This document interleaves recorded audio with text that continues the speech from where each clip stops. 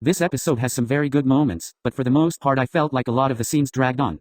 While I enjoyed getting to flesh out Dayu, spending the entire episode on the planet made some of the dialogue scenes between Obi-Wan and Leia feel very slow and boring.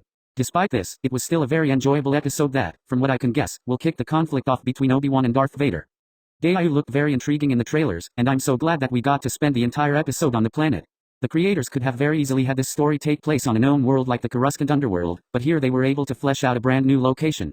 The planet felt very unique, with its packed plazas and excess of drugs and crime, but it also still fit very well into the Star Wars universe. There were even a bunch of different aliens that I personally had never seen before, and it helped give the planet life. Something that I never even thought about after watching the first episode was that Leia doesn't know Obi-Wan. He was there at her birth, but that's about it.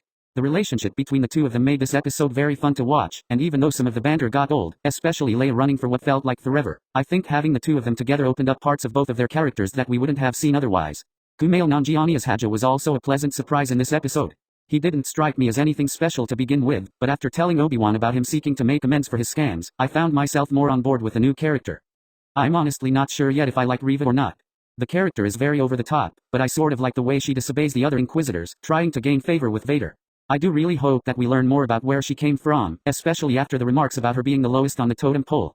Her stabbing the Grand Inquisitor was definitely a surprise, and I hope they take the time to further his story, because even though it looked like he died, we know that he appears later on in Rebels. I really wanted Kenobi to learn about Vader surviving in this series, and I enjoyed the way they did it. Reva casually talks about Lord Vader, but then realizes that Kenobi didn't even know he was alive. And I loved how he was still shaken, even after escaping.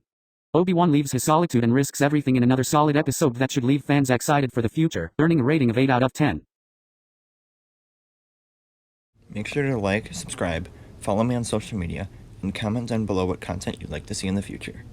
As always, thank you all for watching, and remember, the Force will be with you, always.